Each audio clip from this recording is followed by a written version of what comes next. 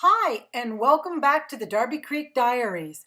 I'm Gale Thompson, and I'm part of a hop, the Crafty Bunny Hop, where we're going to make a project and give it away. Each one of our channels will have a separate prize, and I'll give you more details on how to enter that in a bit.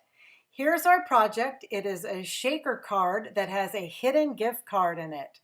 Using the Fawn scalloped rectangles, I cut out a cover, some acetate, some fun foam, and I have the backing on that, card base, some more acetate, and a liner for my card. And then on the back I have an extra piece because I'm going to be hiding a gift card in there. Now, things didn't work out quite exactly the same, but we're going to kind of go with this. The Lawn Fawn egg inside out die, the fun foam, and the card front, and I'm going to cut them all out. It was going to be a see-through card, but it didn't kind of work out. Anyway, I wanted a bunch of extra pieces for projects later, so I'm putting it in the Gemini upside down. It's backwards from the way that they ask you, but it makes more sense to me. You put the magnetic on top of the die, and then they have a little plastic sheet and then the outside cutting plate. And to me, it works out a little better that way because I like having the die facing. I've cut up my mats too many times. So here are some of the little pieces that are left. I cut out the fun foam and the front at the same time. And now I'm just peeling them apart. Now I'm just going to kind of snuggle that die back in to make sure that I can make a cut right where I need it to be so everything lines up. And I'm just going to attach this. I want to remind you though to let it set a little bit so it can kind of spring back. It helps a lot when you're lining it up. This foam will spring back. I just gave it a few minutes, but you want to be very delicate with it because if you stretch it out, everything won't match up. So I'm just going to run this through my Gemini. Now we're going to make the back of the card and we're going to do partial die cutting. I want to use this zipper die, but it's longer than what I can use. So I decided to show you this on the big kit because I think it's easier on the manual. You line it up and it's only going to cut where that top plate is. So where it stops, that will be the end of the cut and it won't cut clear through to the end. So I thought that was the best way to show you. So there is the gift card holder part. I had stick-it adhesive on the one side of the fun foam, but not the other. And this is where the card took on a whole different turn. There was my Lawn Fawn glue tube. I should have had the acetate behind the cover and in front of the fun foam, but I did not. So now the card isn't going to be a see-through, but we're going to tuck it in just the same way we did with the card front. And we're going to cut through it. Hey, it gives it a little bit of dimension. But now I have the acetate glued on. I don't know what happened to that footage. And I'm using my Lawn Fawn glue tube to get that all glued down nicely with a little bit of wiggle room. And I'm just placing it on the card. So here's the card so far. And it has a wonderful see-through window because I temporarily forget that that's not going to happen. I took a Concord and 9th turnabout die and I just wanted to put the polka dots on this pink piece just to give it a little bit of interest. And I used the VersaFine watermark ink. And I thought that just added a little something. Now that's what it looks like with it. I let that dry for quite a while, but we'll get back to what happened in a minute. I am giving away a Starbucks gift card along with this shaker gift card holder, but I didn't want to booger it up, so I thought I would give you an example beforehand of what it would look like and how it operates. So you just put your tape runner around, except for where that tear off piece is. And you lay it down. And it's really that easy.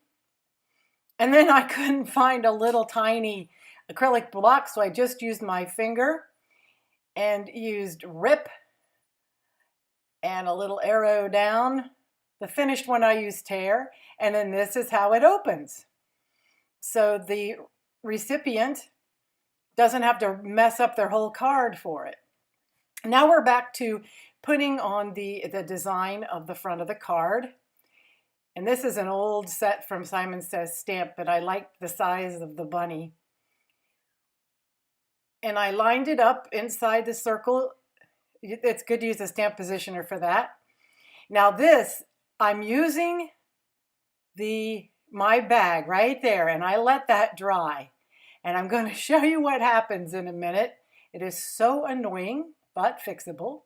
I'm using Brutus Monroe white ink.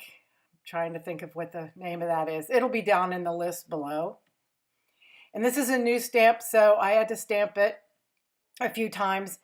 And my table has a little bit of a dip in the middle, so I think that's what caused it. But this is the Tim Holtz tonic positioner. My Misty had something already lined up in it, and I didn't want to take it out and mess up that project. So I'm just going to go back. Oh, that's alabaster ink, by the way. I go back and I just press it again. So this giveaway is available. I'll send it internationally, but just know that the Starbucks gift card is in American funds. I think the third time is the charm on this, or at least what I decided would be done. Now here is the part that's annoying but fixable. I'm using Hero Arts pearl white pearl powder. And look how the dots of my Versamark still had the powder on them. But I went ahead and brushed it off with just a paintbrush, and it was fine. But golly, that's sat for a long time. So you can get away with that with the Versamark for quite a while. So I cut up some foam tape. It will shape best if you take the release paper off of both sides. Then it's malleable, and you can take it right around the side of your shaker object. I only did one layer. I didn't want to add any more bulk since I was adding the gift card thing on the back. So I just wanted to show you how I did this, but then of course I forgot that I wasn't going to have a see-through card, and I added another layer of acrylic, but it doesn't matter. It still turned out great. So I'm just finishing up and getting this just right. You want to get right up to the edge, or your little shaker bits will go everywhere. Then use the powder tool and kind of go around, because you don't want your little shaker bits getting stuck on the foam tape, the edge of that. And it also helps with static. And then I just put some foam bits in. I probably shouldn't have put those flowers in, even though I love them, because it kind of blocks my bunny, but I like it. So I add this acrylic, and then I'm like, oh, well, I would have to cover up that foam tape, and it would be really hard to have an exact egg to do that at this point. So I just went ahead and made it this way, and I think it's still really cute. I just added glue to the back of that pink panel and then folded the top over it so that I had my bunny in the right place, and we just shake away. I decided a good teacher really should show you the forks on the road that they took and how they recovered, so that's why I kept things the way they were. Now I'm applying the final piece over the gift card I'd already showed you how to do. And this has the hidden $10 Starbucks card in it. And we'll be giving away this shaker card with that Starbucks card. And I have a little envelope to go with it. And I will do international, but just remember that gift card's in American. Make sure you stop at Everybody Stop and enter a chance to win their projects. We'll be announcing the winners on the Multiplicity Craft web channel on March the 30th. I hope you enjoyed this project and that you'll come back and see me and subscribe, comment, and tell your friends. I'm adding a couple more links at the end on videos I think you might enjoy. You have a fantastic spring, a great week, and I hope you have a chance to craft something. Bye-bye.